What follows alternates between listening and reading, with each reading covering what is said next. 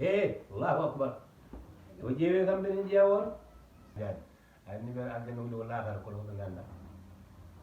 wiyoɓe aljana woni ko laakara ɓe ɓen ganda aljanna woni ko aduna te kadi mi haalma kala nemiɗo e aduna he so maayi ko aljanna fayi kala gonɗo e aduna en no walmina leppetoro ñamata ha haara ala kalis ala huɓere ala oto barke rasulullah sa mayri jamu faala enen noon kabo ɗum gandi onon ɓe kala jiiɗo on ina andi son maayi ko aljanna paaɗum desɗon so maayi ko aljanna fayi enen ko aljanna paaɗen barke ne laaɗa wona gaajani hol mo yottani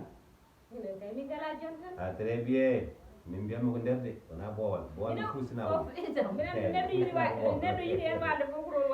ala min wona walde min joni ko ni mbatten an jeeyi 10 heures ha minuit 10 heures du matin 10 heures ala 10 heures 22 heures 22 heures an jeeyi 22 heures ha minuit gonduma koden ñalawma an nden kono man koden ñalawma o hoya ko 1 heure du matin taw eeromo foftima eyyi an ko 1 heure du matin manan digirno an ha 5 heures du matin wallahi barke rasulullah wona ga mi andi noon min